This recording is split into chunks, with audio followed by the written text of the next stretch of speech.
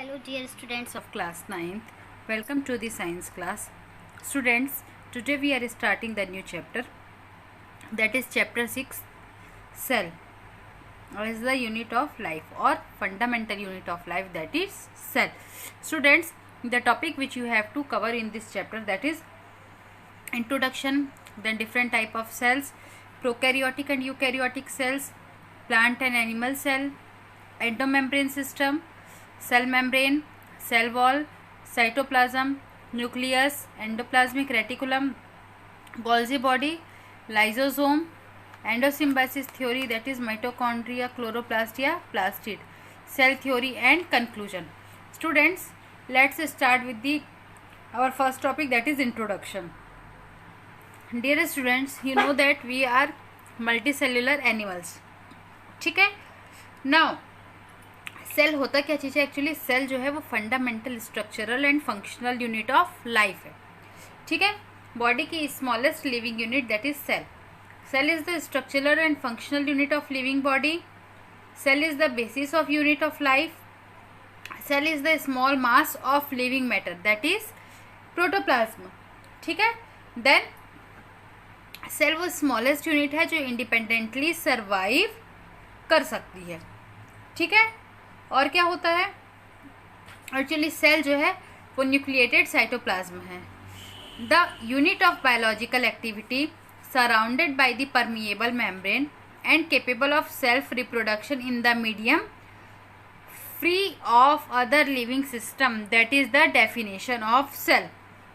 Definition क्या हुई cell की?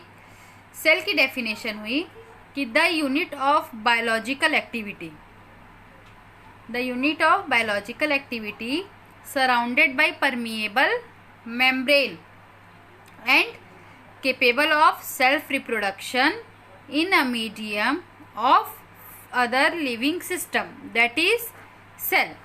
ठीक है students. our next topic is different types of cell. आप यहाँ पर डिफरेंट टाइप्स की सेल देख रहे हैं, डायग्राम में दिख रही है आपको. ठीक है. Just like circle shape, red blood cell, ये राउंडेड होता है एंड बाइकॉन्क्लेव होता है, बट इसमें न्यूक्लियस नहीं होता. अमीबॉइड स्ट्रक्चर मतलब फिक्स स्ट्रक्चर नहीं है. कॉलम जैसा स्ट्रक्चर है, that is epithelial cell. Nerve cell देख रहे हो कैसे दिख रही है. Then tracheid, mesophyll cell, that means cell जो है वो डिफरेंट टाइप्स की होती हैं. ठीक है. सेल जो है वो डिफरेंट टाइप्स की होती हैं. Let me show you another types of cell. Students, in page number 82 of your syllabus of your course book you can see the different types of cell. ठीक है. Now third topic is prokaryotic and eukaryotic cell. Let me show you. Dear students, about the prokaryotic and eukaryotic cell मैं आपको बहुत ज़्यादा बातें नहीं बताऊंगी, क्योंकि इस बारे में हमने चैप्टर 1 में जब पढ़ा था 5 किंगडम क्लासिफिकेशन, तो इस बारे में हमने बहुत सारी बातें की थी. Prokaryotic cell and eukaryotic cell में डिफरेंस भी देखा था. ठीक है. नेक्स्ट टॉपिक आता है plant cell and animal cell. तो स्टूडेंट्स, आप ये डायग्राम्स देख सकते हैं कि ये प्लांट सेल है और ये एनिमल सेल है. इसमें बहुत सारे डिफरेंस दिख रहे हैं. जैसे फर्स्ट तो बाहर का ही डिफरेंस है कि सेल वॉल इसमें प्रेजेंट है बट इनमें प्रेजेंट नहीं होती है. वैक्यूल बड़ी है, प्रेजेंट है, इसमें नहीं है. क्लोरोप्लास्ट इसमें प्रेजेंट होता है, इसमें नहीं होता है. ठीक है. और बहुत सारी चीज़ें हैं जो मतलब डिफ्रेंशिएट करती हैं. ठीक है. Next topic is endomembrane system, कि एंडोमेम्ब्रेन सिस्टम आखिर होता क्या है.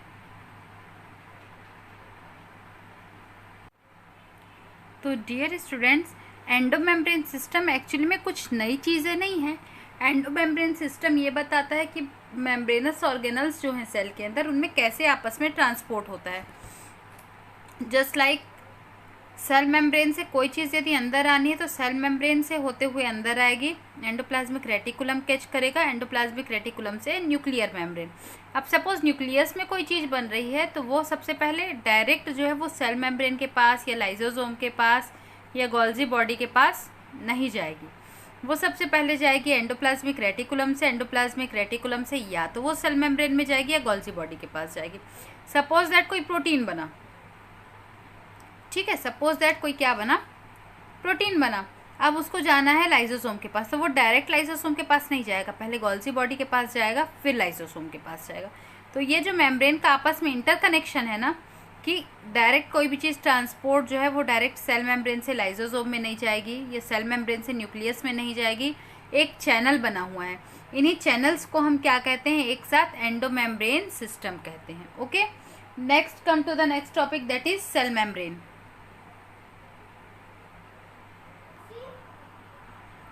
डियर स्टूडेंट्स, वैसे तो सेल में बहुत सारे पार्ट्स होते हैं, बट हम कुछ गिने चुने पार्ट्स की स्टडी करेंगे, ठीक है, क्योंकि यदि पूरे सेल की स्टडी करने में आए तो सेल में इतने सारे पार्ट्स होते हैं कि पूरा सिलेबस कंप्लीट नहीं हो पाएगा, केवल एक ही चैप्टर में पूरा टाइम निकल जाएगा। तो हम स्टार्ट करते हैं पार्ट से। सबसे पहले हम पढ़ेंगे सेल मेम्ब्रेन के बारे में, ठीक है। देखिए, अब डायग्राम में आप देखते जाएंगे, इसलिए मैंने डायग्राम खोल के रखा है, और प्लांट सेल का डायग्राम इसलिए खुला हुआ है क्योंकि प्लांट सेल में आपको ऑलमोस्ट सारी चीज़ें देखने को मिल जाती है। तो डियर स्टूडेंट्स, जब हम बात करेंगे सेल मेम्ब्रेन की, cell membrane is also known as the plasma membrane, ठीक है। सेल मेम्ब्रेन को हम और क्या कह सकते हैं, सेल मेम्ब्रेन को हम कह सकते हैं प्लाज्मा मेम्ब्रेन, ठीक है। ये किसकी बनी होती है, ये बनी होती है प्रोटीन एंड लिपिड की। किसकी बनी होती है, प्रोटीन एंड लिपिड की, ठीक है। ये सेमी परमिएबल होती है, एक्चुअली 2-3 टाइप के होते हैं मेम्ब्रेन जो है वो 3 टाइप की होती है, impermeable, selective permeable and semi permeable. Impermeable मतलब किसी भी चीज़ को आर पार नहीं जाने देती, एक्चुअली ये सेलेक्टिव परमिएबल होती है, सेलेक्टिव एंड सेमी दोनों। सेलेक्टिव परमिएबल मतलब मटेरियल्स को गिन चुन के आर पार जाने देती है, और सेमी परमिएबल मतलब साइज कुछ फिक्स होता है कि हाँ इतने साइज के मटेरियल्स जो हैं वो आर पार जा सकते हैं, ठीक है। तो ये क्या होती है, ये semi permeable and selective permeable दोनों टाइप की होती है, ठीक है। इतनी बातें आई समझ में। ओके, नाउ किसकी बनी होती है, तो ये बनी होती है प्रोटीन एंड लिपिड की। किसकी बनी होती है स्टूडेंट्स, प्रोटीन एंड लिपिड की।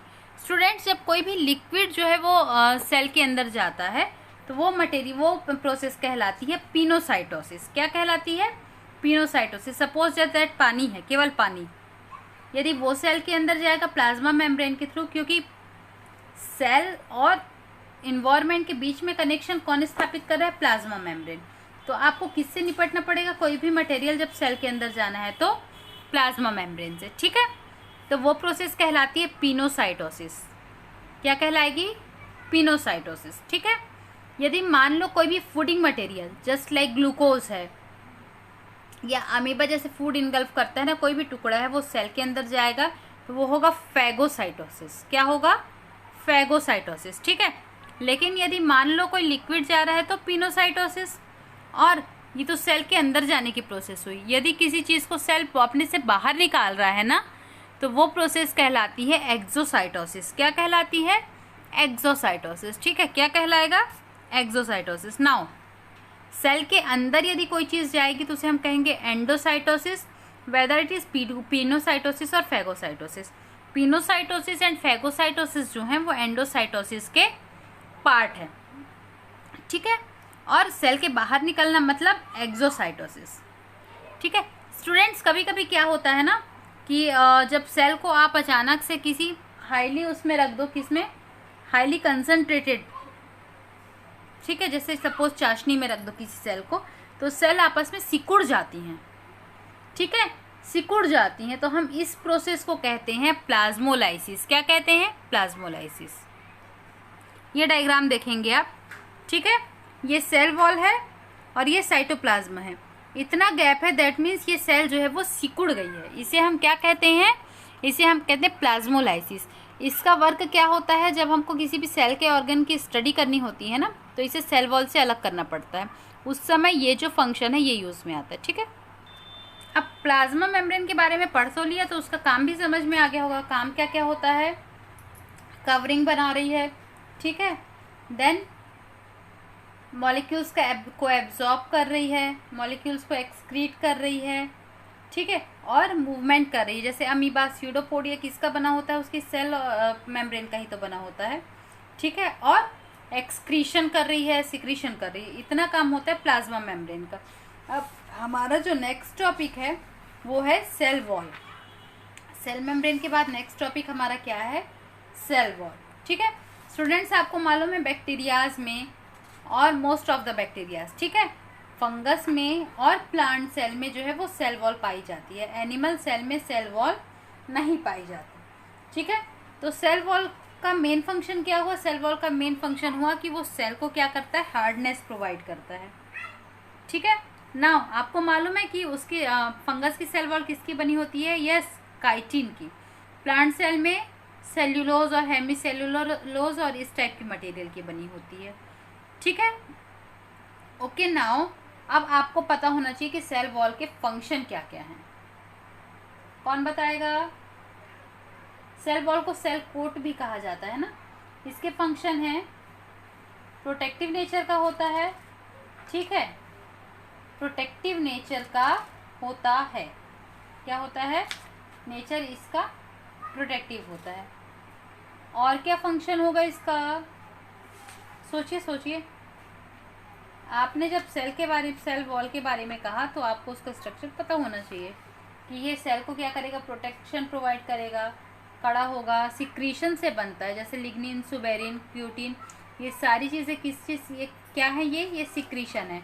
जब सेल अपना एक्सक्रीटरी मटेरियल बॉडी के बाहर निकालती है ना, तो वो जम के क्या बना देता है, सेल वॉल बना देता है। ठीक है, मैकेनिकल सपोर्ट प्रोवाइड करता है, ये बोल सकते हैं आप। ठीक है, फिजिकल प्रेशर बनाता है, डेफिनेट शेप दे रहा है, और मेटाबोलाइट्स को सेल के अंदर और सेल के बाहर जाने में हेल्प कर रहा है। Our third topic is cytoplasm. Student, cytoplasm क्या होता है? साइटोप्लाज्म मतलब सेल के अंदर के जितने भी मटेरियल हैं वो सारे हम क्या कहते हैं, साइटोप्लाज्म कहते हैं। ठीक है, इसमें mitochondria, plastid, endoplasmic reticulum, nucleus सभी साइटोप्लाज्म में पाए जाते हैं। ये सेल के अंदर का जितना भी लिक्विड होगा वो सारा कुछ साइटोप्लाज्म कहलाता है। ठीक है, दो चीज़ें होती है, साइटोप्लाज्म और प्रोटोप्लाज्म। आपको इन दोनों में डिफरेंस फाइंड आउट करके लिखना है। ठीक है, क्वेश्चन नोट कर लेंगे कि आपको इन दोनों में डिफरेंस फाइंड आउट करके लिखना है। तो साइटोप्लाज्म क्या होता है, समझ में आया? सेल मेम्ब्रेन के अंदर का जितना भी लिक्विड पोर्शन होता है वो सारा कुछ क्या होता है, साइटोप्लाज्म। अब इसी साइटोप्लाज्म में सारे सेल ऑर्गेनल्स रहते हैं, जैसे nucleus, endoplasmic reticulum, Golgi body, lysosomes और सारा कुछ। अब न्यूक्लियस के बारे में पढ़ लेते हैं, जब न्यूक्लियस का नाम ही लिया है तो। ठीक है, न्यूक्लियस जो होता है वो सेल का कंट्रोल हाउस होता है। क्या होता है न्यूक्लियस? सेल का कंट्रोल हाउस होता है। ठीक है, इसमें जेनेटिक मटेरियल होता है। जेनेटिक मतलब एक जनरेशन से दूसरे जनरेशन में जाना। ठीक है, नाउ क्रोमोसोम्स होते हैं। ठीक है, और इसका जो एक्चुअली जो इसके अंदर की मेम्ब्रेन होती है ना, न्यूक्लियर मेम्ब्रेन, या किसी के भी बाहर की जो कवरिंग होती है, जैसे माइटोकॉन्ड्रिया के बाहर की कवरिंग हो गई। ठीक है, ये सारे जो है इनका जो स्ट्रक्चर है वो किससे मिलता जुलता रहता है, प्लाज्मा मेम्ब्रेन से मिलता जुलता स्ट्रक्चर रहता है। ठीक है ना, अब मैं आपको न्यूक्लियस का फंक्शन बता देती हूँ। ठीक है, कि न्यूक्लियस का काम क्या क्या होता है। न्यूक्लियस जो है वो राइबोसोम बनाता है। ठीक है, सेल्यूलर फंक्शन को कंट्रोल करता है, जेनेटिक इन्फॉर्मेशन कंट्रोल करता है, आरएनए बनाता है, और सेल की एक्टिविटी कंट्रोल करता है, और प्रोटीन फॉर्मेशन को भी कंट्रोल करता है। ठीक है, हमारा नेक्स्ट टॉपिक क्या है, endoplasmic reticulum. Students, endoplasmic reticulum जो है वो आपके एंडोमेम्ब्रेन सिस्टम का सबसे मेजर पार्ट है। एंडोप्लाज्मिक रेटिकुलम आपके जो एंडोमेम्ब्रेन सिस्टम है वो उसका सबसे मेजर पार्ट है। ये कहाँ पर होता है, आपको दिख रहा होगा, डायग्राम में देख रहे हैं आप, न्यूक्लियस के चारों तरफ। देखिए, तो न्यूक्लियस से कोई भी चीज़ निकलेगी तो सबसे पहले कौन कैच करेगा, न्यूक्लियस से निकली हुई किसी भी चीज़ को सबसे पहले एंडोप्लाज्मिक रेटिकुलम कैच करता है। ठीक है, नाउ अब इसके फंक्शंस क्या क्या होते हैं। इसके फंक्शंस फ्रेमवर्क देता है साइटोप्लाज्म को। ठीक है, क्यों? क्योंकि ये न्यूक्लियस से लेके सेल वॉल तक या सेल मेम्ब्रेन तक फैला रहता है। ठीक है, देन इंट्रासेल्यूलर मतलब सेल के अंदर जब मटेरियल एक से दूसरे के पास जाते हैं, जैसे न्यूक्लियस से कैच किया एंडोप्लाज्मिक रेटिकुलम, एंडोप्लाज्मिक रेटिकुलम से गोल्जी बॉडी और सेल मेम्ब्रेन के पास जाएगा, या तो फिर कहाँ जाएगा, लाइसोसोम के पास जाएगा। तो इसका मेन सेंटर कौन सा है? इसका मेन सेंटर है एंडोप्लाज्मिक रेटिकुलम, ठीक है। देन सेल डिवीजन के समय न्यूक्लियर मेम्ब्रेन बनाता है, प्रोटीन स्टोरेज करता है, मटेरियल एक्सचेंज करता है, क्योंकि मैंने पहले ही बताया कि किस में हेल्प कर रहा है, इंट्रासेल्यूलर ट्रांसपोर्टेशन में, ठीक है, एंजाइम एक्टिविटी में हेल्प करता है, और ग्लाइकोनियोजेनेसिस में, ग्लाइकोजिनोलिसिस में हेल्प करता है, ठीक है। Now third topic is Golgi body. Students Golgi body देखिए कहाँ है, एंडोप्लाज्मिक रेटिकुलम के आसपास ही होगी, दिख रही है कहीं पे, देखिए ना, ये आपकी एंडोप्लाज्मिक रेटिकुलम है और उसी के आसपास क्या है, गोल्जी बॉडी।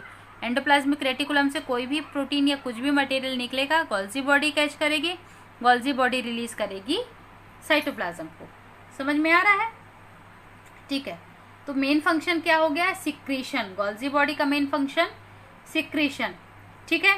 नाउ लाइसोसोम्स जो है वो किससे बनते हैं, गोल्जी बॉडी से। लाइसोसोम्स होते क्या हैं ये हम नेक्स्ट टॉपिक में देखते हैं, ठीक है। नाउ कॉम्प्लेक्स कार्बोहाइड्रेट बनाती हैं, ठीक है, और क्योंकि आपको मालूम है कि सेल वॉल जो होती है वो किसकी बनी होती है, सेल्यूलोज वगैरह की, तो सेल्यूलोज वगैरह कहाँ से बन रहा है, गोल्जी बॉडी ही बनाती है, ठीक है। तो ये सेल वॉल सिंथेसिस में भी हेल्प कर रही है। देन गम, वैक्स, म्यूसिलेज, ये जो सारे चीज़ें प्लांट रिलेटेड होते हैं ना, ये जो है वो गोल्जी बॉडी ही रिलीज करती है। तो कुल मिला के ये क्या काम करती है, ये सिक्रीशन का काम करती है, ठीक है। अब हमारा नेक्स्ट टॉपिक क्या है, हमारा नेक्स्ट टॉपिक है लाइसोसोम्स। कहाँ से बन रहा है लाइसोसोम्स, लाइसोसोम्स बन रहा है गोल्जी बॉडी से। मेन फंक्शन क्या है, लाइसोसोम्स में ऐसे एंजाइम्स होते हैं जो डाइजेशन का मतलब पचाने का काम करते हैं। हमारी बॉडी में जो डेड सेल्स बनती है ना वो लाइसोसोम से ही ख़त्म होती है। कई बार लाइसोसोम में ऐसे प्रोटीन्स पाए जाते हैं जो खुद की ही सेल को ख़त्म कर देते हैं, इसलिए lysosomes are known as suicidal bag. आई बात समझ में, lysosomes are known as suicidal bag. ये एक्स्ट्रा सेल्यूलर पार्टिकल को जो है वो डाइजेस्ट कर लेते हैं, ठीक है। देन और भी बहुत सारी चीज़ें होती हैं जो समय समय पर लाइसोसोम जो है वो वर्क करता है, बट इसका मेन फंक्शन जो है वो डाइजेशन ही है, ठीक है। जो खराब सेल वगैरह होती है वो उसको डाइजेस्ट कर लेता है। Next is vacuole. ये वैक्यूओल होता क्या है, फ्लूइड फिल्ड बॉडी होती है जो स्टोरेज का काम करती है। किसका काम करती है, स्टोरेज का, ठीक है। वेसाइकल बोलते हैं एक्चुअली में इसको, जब छोटी छोटी होती हैं तो इसे वेसाइकल्स कहते हैं, और बड़ी बड़ी होती हैं तो उनको वैक्यूल्स कहते हैं। देखो ये जो है गोल्जी बॉडी की जो वेसाइकल्स है ना, यही जब बड़ी हो जाएंगी तो ये क्या कहलाएंगी, वैक्यूल्स कहलाएंगी। स्टूडेंट्स जब हमारी बॉडी में कोई भी वेस्ट मटेरियल बनता है तो हम उसे एक्सक्रीट कर सकते हैं, वेदर यदि वो गैस हो या लिक्विड हो, सॉलिड हो, कुछ भी हो, बट प्लांट सेल जो है वो उसको सिक्रीट नहीं कर पाती हैं, ठीक है। तो उनमें जो है वो वैक्यूल में वो स्टोर होते हैं। सेम वैसे ही हमारा जो डाइजेस्टेड फूड होता है वो स्टमक में जाके स्टोर हो जाता है या फैट के फॉर्म में स्टोर हो जाता है, ठीक है, बट प्लांट्स में ऐसा नहीं होता है। तो ये जो वैक्यूल्स है इन्हें हम स्टोरेज हाउस ऑफ सेल भी कहते हैं। एनिमल सेल में बड़ी बड़ी वैक्यूल्स नहीं होती, छोटी छोटी वेसाइकल के फॉर्म में होती हैं, बट प्लांट सेल में बड़ी बड़ी वैक्यूल्स होती हैं, ठीक है। तो इनका मेन फंक्शन क्या हुआ, इनका मेन फंक्शन हुआ ऑस्मो रेगुलेशन और store house of the cell. Students next topic है अवर एंडो सिम्बायोसिस थ्योरी। देखो एंडो मतलब होता है बॉडी के अंदर, सिम्बायोसिस का मतलब होता है दो लोगों का एक साथ सरवाइव करना जो एक दूसरे को फायदा दे। जस्ट मैं सपोज आपको एक एग्जांपल देती हूँ, आपने भैंस और बगुले की कहानी सुनी है? अच्छा चलिए नहीं सुनी होगी, बताते हैं आपको। आपने तालाब में कभी भैंस नहाते देखी है? देखी होगी ज़रूर। उसके पीठ में बगुला देखा है? क्यों भाई, क्यों बैठा रहता है? क्या फ़ायदा हो रहा है उसको? फ़ायदा दोनों को है ना। क्या फ़ायदा है? फ़ायदा ये है कि जो भैंस है वो बगुले को क्या करा रहा है, सैर करा रहा है, बदले में बगुला क्या दे रहा है, उसकी बॉडी से किडनीज वगैरह निकाल रहा है। तो ये म्यूचुअल रिलेशनशिप है जो दो लोगों पे डिपेंड करती है और दोनों एक दूसरे को फ़ायदा पहुंचाते हैं। इस टाइप की रिलेशनशिप को हम कहते हैं सिम्बायोसिस रिलेशनशिप। क्या कहते हैं? Symbiosis relationship. ठीक है। नाउ अब क्या हुआ, जब अर्थ का इवोल्यूशन हो रहा था, जब अर्थ स्टार्ट हो रही थी, तो 2-3 टाइप के ऑर्गेनिजम्स बने। एक माइटोकॉन्ड्रिया बना, दूसरा प्लास्टिड बना। ठीक है। अब सेल उसको खा ली। ठीक है।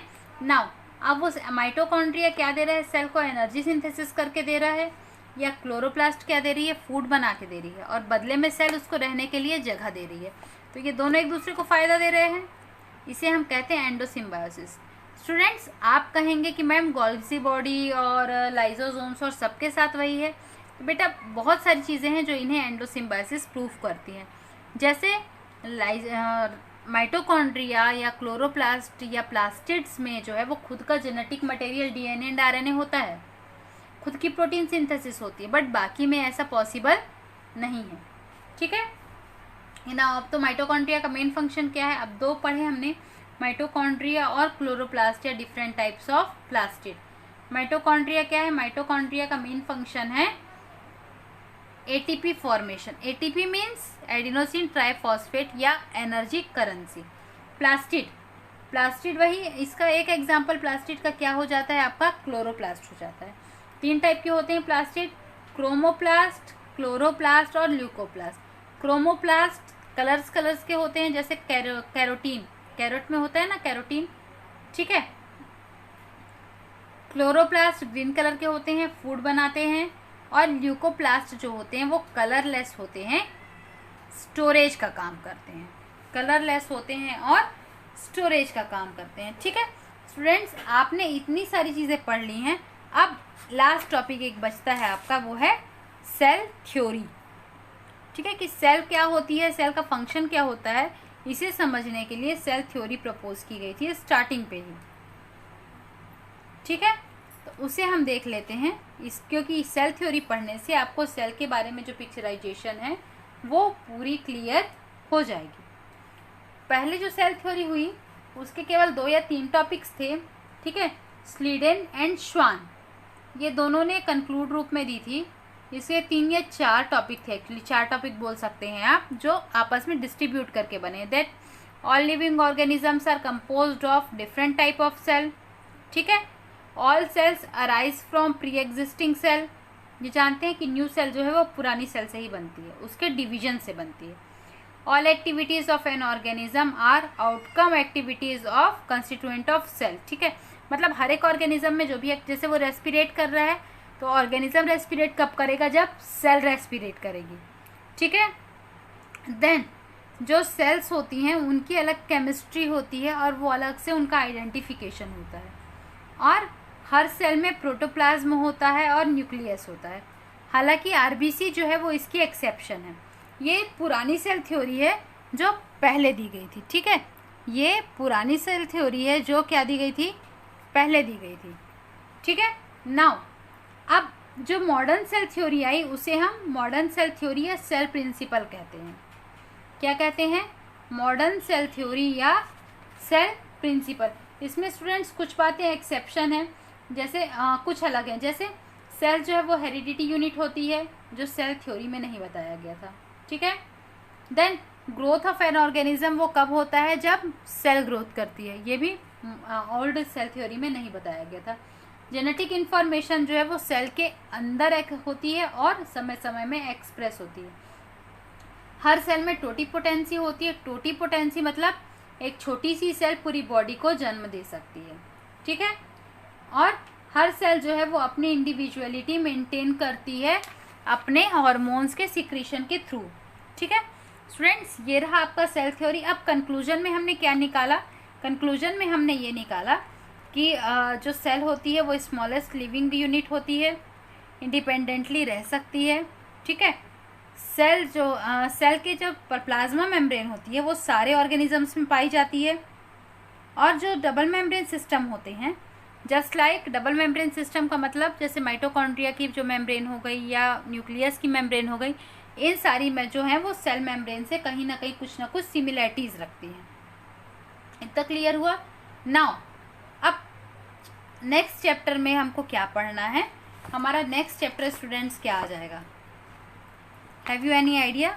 जो हमारे नवंबर का सिलेबस होगा, क्योंकि मंथ वाइज आपके सिलेबस डिफ्रेंशिएट हैं। तो हमारा नेक्स्ट चैप्टर होगा चैप्टर 2, दैट इज़ मैटर। ठीक है, ओके। आप नोट्स बनाइए, नोट्स बना के या तो हार्ड कॉपी सेंड कीजिए या तो फिर सॉफ्ट कॉपी ग्रुप पे भेजिए, बट पढ़ना ज़रूरी है। ठीक है, क्योंकि अभी असाइनमेंट्स वगैरह भी मिलेंगे, तो असाइनमेंट भी सॉल्व करना ज़रूरी है, और जितने क्वेश्चन होंगे असाइनमेंट के वो सारे याद होने चाहिए। सेम वैसी असेसमेंट वगैरह यदि होता है तो जितने भी क्वेश्चंस होंगे वो सारे क्वेश्चंस याद होने चाहिए। Okay, that's it and thank you.